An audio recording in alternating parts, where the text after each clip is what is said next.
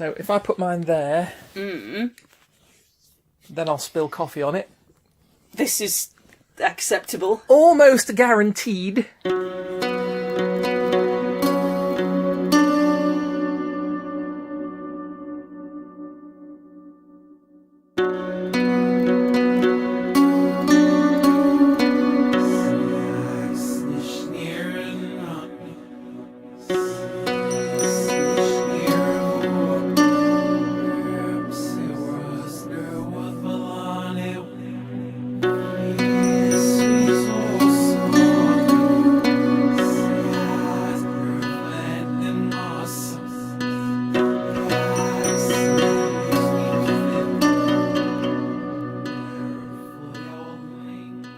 So anyway, Yeah. this is my observation, is that we're sitting here with cups of coffee and phones recording. We are. Which usually means we're going to do a Frithcast. It does! Guess what we're going to do? Well, given we're 6.5 minutes in... Yeah, okay, fine. We're a little bit slow off the mark, but Shall we we- are kind of, just revving up to the wonder of surreality that is Frithcast. Seriality, I know Sir Ian McKellen. So do I. Yeah. He's good. Yes, so, normally Frithcast involves talking about something heathen related. And I Not was Sir Ian wondering... McKellen. Not necessarily Sir Ian McKellen, although, obvious link, Sir Ian McKellen played Gandalf. Gandalf is based on Odin. Odin is heathenry, so there you go. This So- is like 6 degrees of Norse separation. Absolutely, if you want to do a whole episode on Sir Ian McKellen, I'm more than happy with that. Norse Kevin Bacon. What I will say... Yes. Kevin Bacon. Bacon. Thor likes bacon. There's heathenry for you. I need to go and look up some things. I'm just going by the sort of person I know Thor to be, and I imagine he probably likes bacon. Okay. I know he eats goat quite a lot, He does. He does. and bacon's basically just kind of goat, but different. Yeah. How do you spell noose? Like elephant, only different. So anyway, I'm going to assume that as the resident heathen, you have a plan, a plot You can afoot. assume I'm the resident heathen. You can't assume I've got any kind of plan. Well, if you have some kind of idea as to what particular aspect of heathenry, modern heathenry, you would, or ancient heathenry, in fact, you would like to discuss, please speak it now, or forever speak it later. Yeah, we can do that. Alrighty then, try this one on for size. Hello, lovely listeners. Hello. Welcome to Frithcast number 59. 8 minutes 45 seconds in. Technically, I'm not counting, you obviously are. Welcome around the virtual campfire. Come on, pull up a log, warm your knees, grab a bun, get some coffee. There should be some marshmallows left, but Kate's been here 8 minutes and 45 seconds, so I can't be entirely sure. There were, but it's 9 minutes 4 seconds now, so Okay, fine. That's The it, then. marshmallows are off the menu. then they've gone. Sorry. There were marshmallows, now there are no longer marshmallows. Next time, bring your own marshmallows. I feed them to Kate. I'm not trying to be unwelcoming, but... Come and settle in. Mm. Welcome to Frithcast 59. Hello. I'm Suzanne Martin. I'm a UK ambassador for an organisation called TAC, which is the Asatru Community. And I'm Kate, and my literal only reason for being here is I'm married to you and I live in your house. Yay! I'm not actually heathen. I'm not an ambassador for anything because nobody would be crazy enough. And I'm not diplomatic. That's the problem. I tend to, You are a coffee-powered druid, though. Yes. We're sat round the virtual campfire drinking coffee. Yes. Lots of coffee. This is a good thing. Lots So, of coffee. episode 59 of Frithcast, and I'd like to have a chat about... We had a little bit of a zoom around some of the animals, like goats and bacon, in the preliminary preamble Babbling. babbling that we do before we set up the episode proper, just so we can get ourselves into the right space and time and all that jazz. I have to confess, I still feel a bit self-conscious about recording myself. Well, So- yeah, I so- think everybody does, Tom. So hence I have to babble for a bit first to kind Yeah. of, you know, take a run at Spoiler it. alert, we turn the recorders on about 5 minutes before and take a good long run up at it, and when we're ready, we start the episode off. Yeah. Which we're doing now. Which we're doing now. So, episode 59 of Frithcast. I've got my teeth in, everything is fine, and what I'd like to look at is, maybe inspired a little bit by all your talk of bacon and goats in our preamble, I'd like to look at some of the animal associates that you have with the Norse gods and goddesses. Okay. Now, there are quite a few. Mhm. Now, there are animals that are in the worlds, in the 9 worlds, but what I want to look at specifically are those beings, usually named beings, who are associated with a particular god or goddess. Okay. So, can you name me one? I can name you 2. Go on then, 2 is good. I can name you Huginn and Munin, Huginn and Munin is a good start. who are the raven companions of Odin They are. and his messengers and observers and so They on. are. They are literally Odin's tweet deck. Yes, basically. So they are... Core deck. Yeah, they are the core. Yeah, the core deck. That. I'm assuming that's the sort of noise a raven makes. Core. I can't remember ever hearing a raven talk. I think they can. They say nevermore, don't they? They do. Most of Kind the time. of. Yeah. Um, Occasionally. yes. But those, I have to admit, those are only... I know that other people have, or other gods, I should say, have animals. I'm sure we'll be covering them in a bit more depth. I know that they often have animals that draw their chariots and things, don't they? They do. So yeah. There are a doesn't few gods and goddesses with chariots or carts, you might see them referred to, and they have often pairs of animals that draw those. so Thor has goats. He does. And Yes. Freya, I seem to think there's some... I think you've mentioned before that there's some debate about exactly what the interpretation is, but I know there's one school of thought that says that hers is pulled by cats. Yeah. That's the popular interpretation, is that it's cats. But is there an argument that it could be some kind of wee footrit, like a weasel or something? Or Yeah, or ermine. ermine. Yeah, because the word, from memory, so I will have to go and look up the references. From memory, the translation of the word is basically an animal which eats mice. Okay. So the popular understanding is that it's cat, although it could be something like stoats, ermine, weasel, pine marten. Okay. So, let's have a look. You've mentioned Huginn and Munin, Mm. Odin's tweet deck. Yes. They basically bring him news. They fly the 9 worlds every day, and they bring him news, and they come and whisper it in his ear. Okay. He also has 2 wolf companions, Geri and Freki.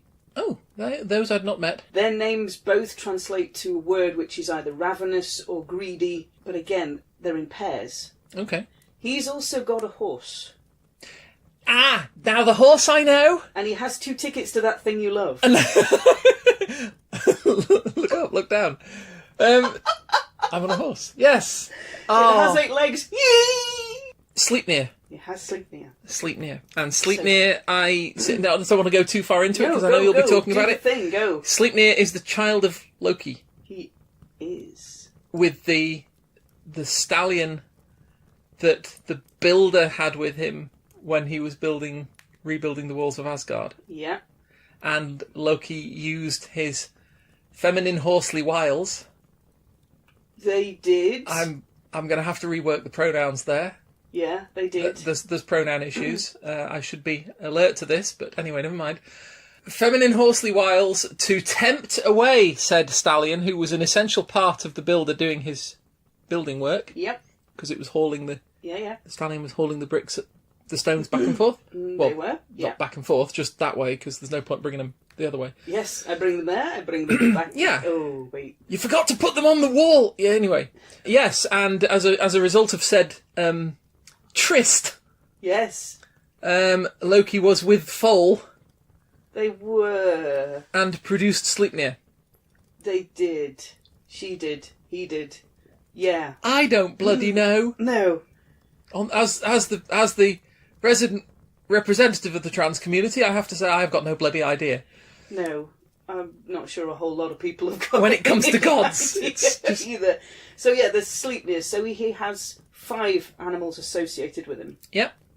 Most of the other gods and goddesses have 1 or 2. Okay.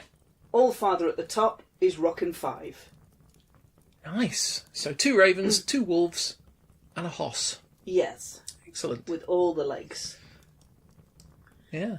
So, if you look at those with pairs of animals, you have Sunna and Mani, the sun and the moon. Yep. They're each having a chariot or a cart pulled across the sky, and both of them have a pair of horses. Okay. So, Sunna has very quick and early waker. These are the names. Okay. Those are the names in translation. Yeah. Mani, the only name I could find was Rapid Goer. Rapid Goer. Get in. Racing stripes. Oh, that is awesome. Yeah. So I want to make a really fast ship in Elite Dangerous now and call it Rapid Goer. Rapid Goer. So you also have Teeth Bearer and Teeth Grinder, which are the names of Thor's goats. Okay. Which pull his chariot or cart. Yeah. And you also have Freya having her chariot or cart pulled by cats. Now, I've always got in my head the image of Norwegian forest cats, because they look like they listen to death metal on their days off. They are really, really quite kind of like... There is no apology in a Norwegian forest cat, and I really quite love them for it. But you might have a different kind of cat in mind when you're thinking about Freya's cats. Like an ermine. Yes. Like an ermine. Meerkat. I'm not sure a meerkat. It's not their normal territory, I admit. I mean, they tend to live on the sort of on the veldt, in the Kalahari and places like that. Freya walks up to them and goes, "Pull my chariot," and the meerkat goes, "Symbols." Gods, as marketing goes, that one's starting to grind me down. You also have the chariots for the sun and the moon are chased by a wolf across the sky. Yeah. And they are Skoll and Hati. Okay. So they are technically, they're usually mentioned in the same breath as a pair of wolves, but one chases the sun and one chases the moon, and at the Ragnarok they will catch the sun. Yes, swallow it whole because the battle is done in the dark. But Skoll and Hati are the sons of Fenrir the Wolf. Okay. Now, Fenrir the Wolf is child of Loka. Yep. He's one of the 3 children of Loka. And you also have a wolf called Garm. I've heard the name. You've probably heard the name in relation to Guild Wars, because Garm is Eir's wolf companion. Of course he is, yes. Yeah. So Garm... Eirstegalkin's companion. Yes. And Garm, in Norse mythology, is Hel's companion. And he guards the gates of Hell to stop the living coming in and the dead from going out. Kerberos. Yes, but less heads, so less dog treats. Less heady. Yes. Less treats. Less treats. I'm sorry, I'm all over that now. I'm just imagining like what are those biscuits called? I don't know. The biscuits you give to dogs, the little crunchy ones, yeah. but like Bonios or whatever. Yeah. You can just imagine having to throw 3 of those at once. Yeah. In slightly different directions. Yeah. All at once. So Garm, 1 head, less dog treats. Yep. And he has a lot of associations with Fenris. Okay. He's described as doing a fairly similar role, in a way. So some people have said that's another name for Fenrir. Okay. But in the Grimnismal, Odin refers to Garm on his own and doesn't refer to Fenris. So there is an argument that says they're actually 2 separate wolves. We have... Not one wolf. Slightly less animalistically, we have a similar problem, if I remember correctly, with Frigga and Freya. Yes. In that some sources seem to treat them as though they're the same person. They do. Whereas others make a distinction between them. And the same is said of... Syncretism is complicated. And outside of heathenry, the same thing happens with Morgana. Yes. Because Morgana Le Fay, because some sources treat her as the same as Morgause. Whereas others, it's a separate they person. have her as a separate Yeah. person, yeah. So yes, it's that. It's Okay. kind of like, with Garm, some sources will treat him the same as Fenrir, others will treat him as a separate wolf to Fenrir. So again, it's kind of dive into the books. If you want to go there, go there. Go there. Research it. Go there. Do your thing. We cannot tell you how to heathen. I can only tell you what the sources are that I know of. There may be sources out there that I've never even seen before. It's the beauty of heathenism. There is always something Always more to new. read. There's always more to read. There's always more knowledge you can add to augment, and it shifts and changes what you've got. So if you want to go ahead and do the reading, please do. That would be awesome. Yeah, yeah. Make your own decisions as to what you've got there. Make your own kind of music. Make your own kind of music. So, going back to the horses that pull the chariot for the sun and the moon, Yeah. there's also a horse that pulls the chariot for the day and a horse that pulls a chariot for the night. Separately from the sun and the moon. Separately from Okay. the sun and the moon. All right. So you have Frostymane for the Knights Chariot Like it. and Skinfaxi for the Day's Chariot, Skinfaxi. which I couldn't find a translation for. And now, of course, when I go back and research, it'll be the first thing that comes up. I'll put it in the notes, folks. You know where to find them. There'll Go be to yeah. Podbean and find the show notes. There's an element. That faxi though. That's an element that happens with a couple of horses, isn't it? Isn't there Freyfaxi. Freyfaxi, I was going to say.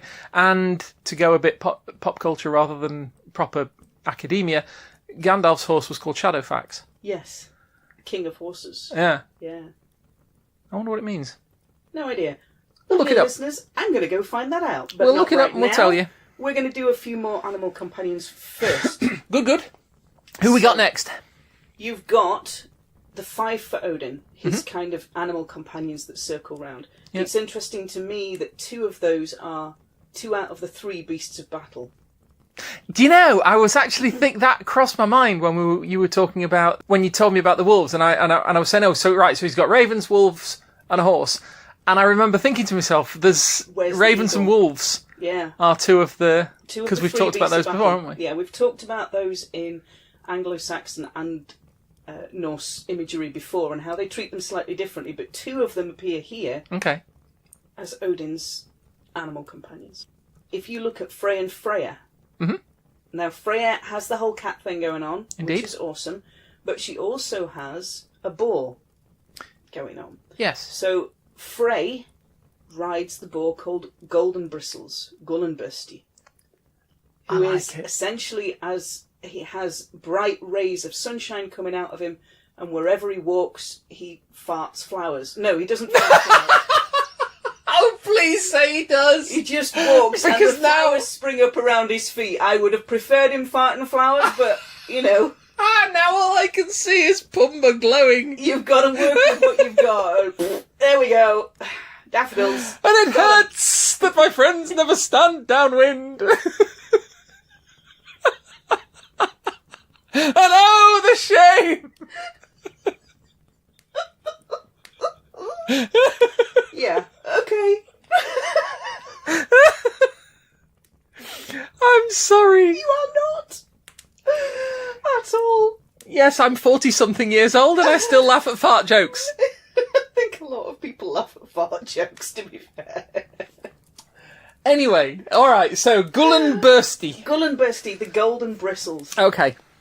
Now, he is Frey's mount. Frey rides him, so he's got to be pretty big for a boar. I mean, boars used to be pretty big anyway, but Yeah. he's got to be a fairly sizable size. But Freya also has a boar called Battleboar. Wow, there's a whole steampunk thing going on there. There is a whole steampunk, cogs, steam thing going on. But, yeah, okay, fine.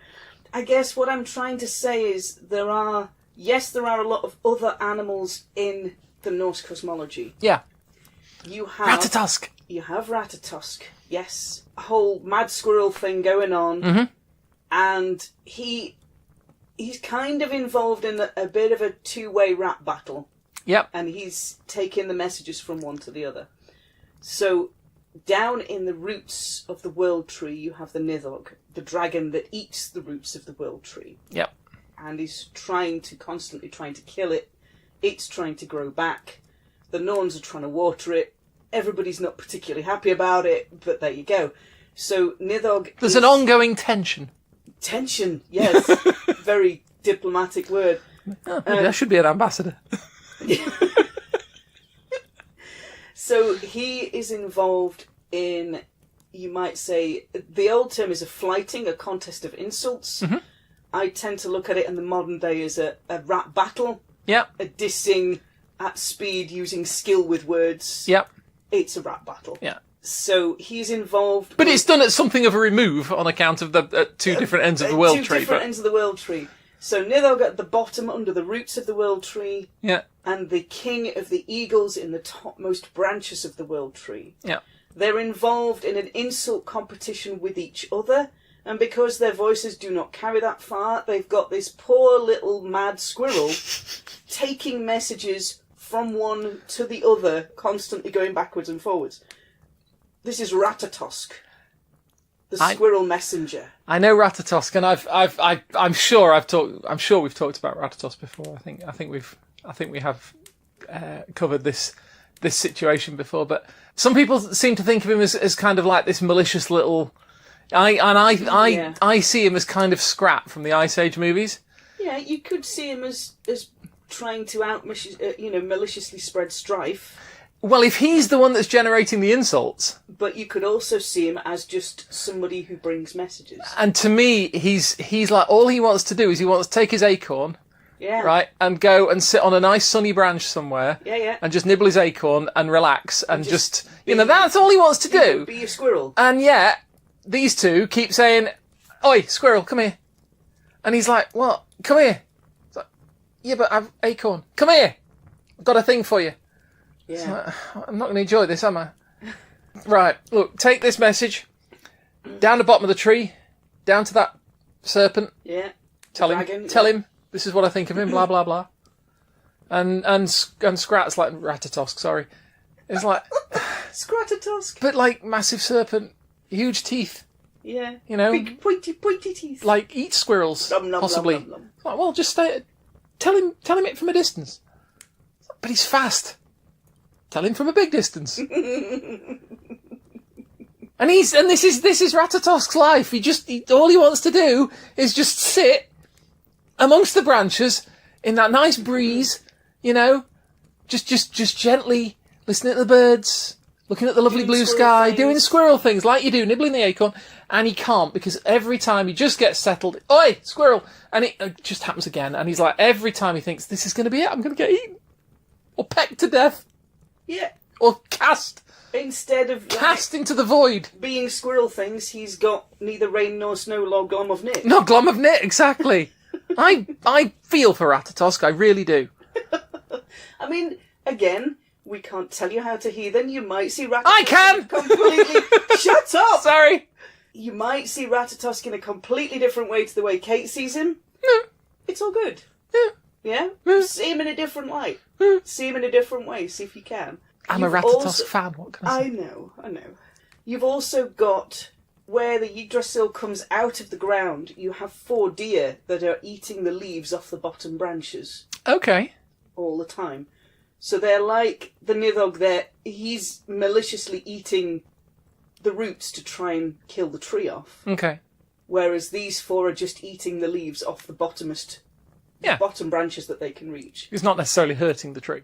I guess part of this is to maybe look at some of the animal companions the gods have, and maybe have a little bit of a zoom round some of the other animals that there are in Norse cosmology. You might want to put Fenrir in here. Okay. The wolf son of Loka. Mm-hmm. You might want to put the Jormungand in here. The world serpent, the one that circles the Midgard Sea. Or the eagle, which I know Tolkien refers to the king of the eagles as Gwaihir. Gwaihir. Again, I'm going to have to go look that up.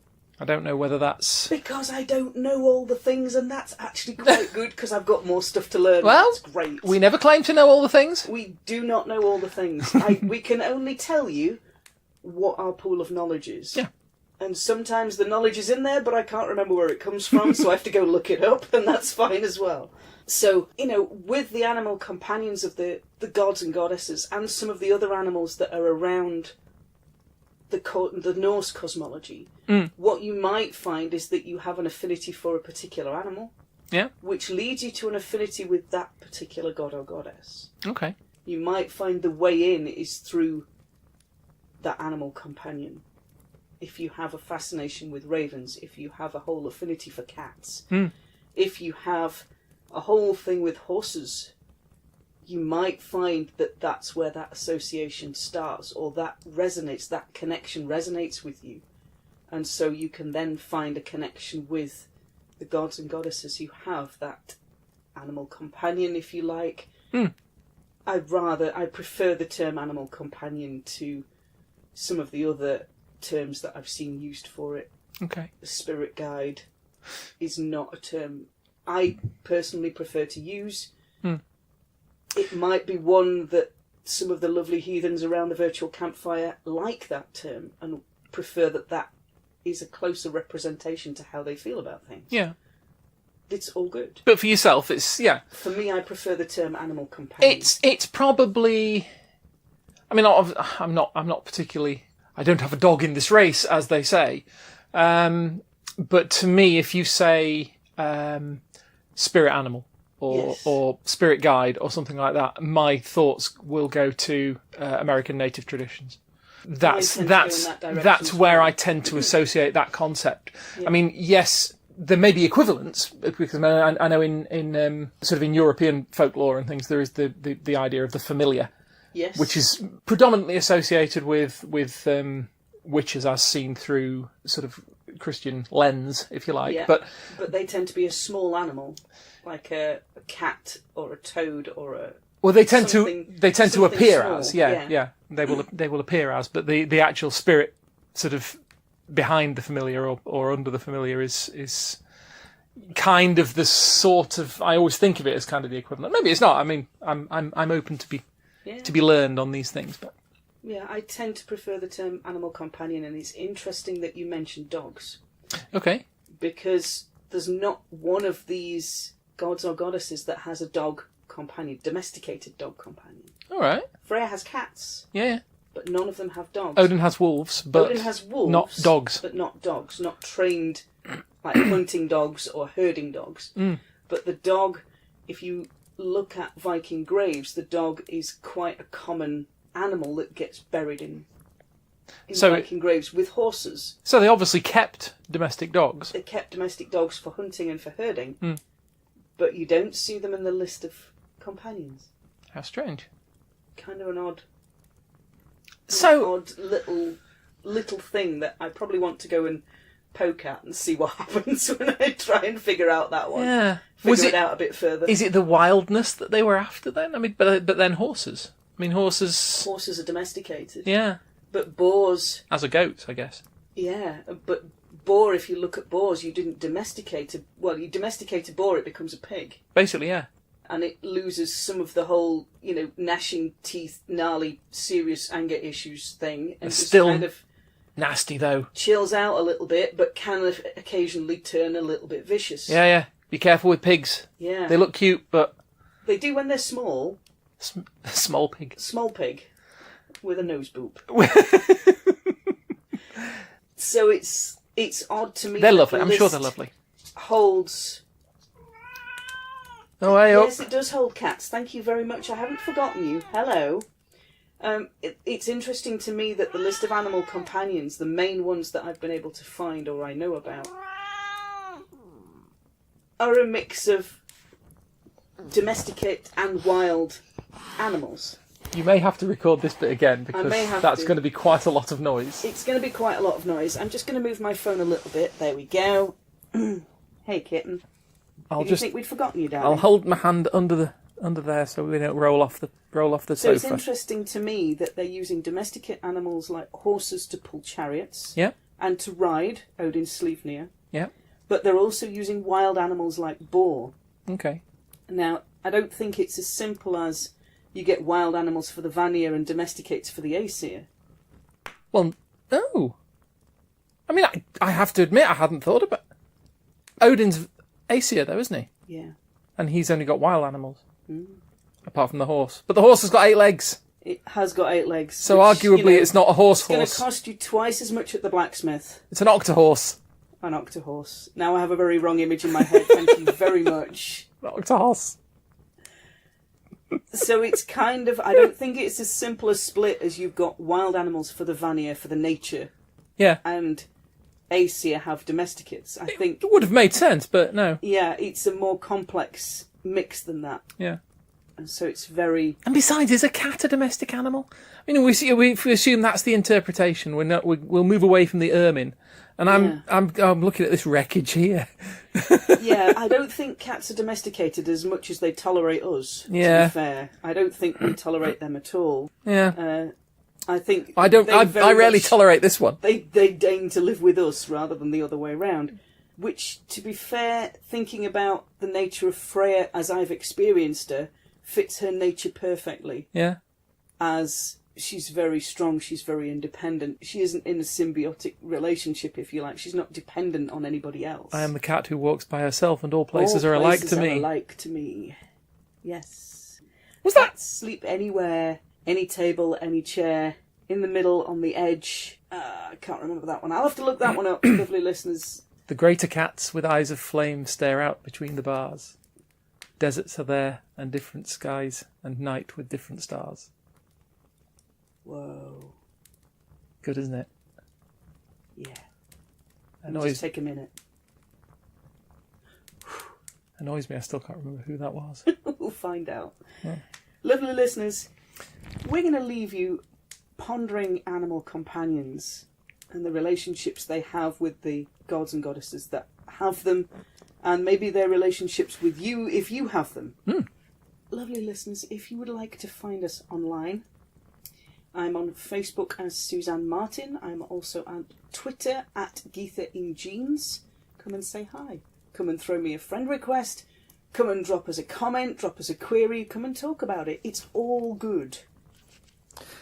And if you want to find me for any reason, I suggest you either visit my shabby excuse of a website at glassrain.net, or you can find me on Facebook as Kate Colwind. I am on Twitter as well. Lovely listeners, if you would like to find us online, come and say hi. That would be awesome. And we will leave you around the virtual campfire, pondering animal companions and the animals of Norse cosmology. And we will talk to you all next time. Bye-bye. Bye-bye.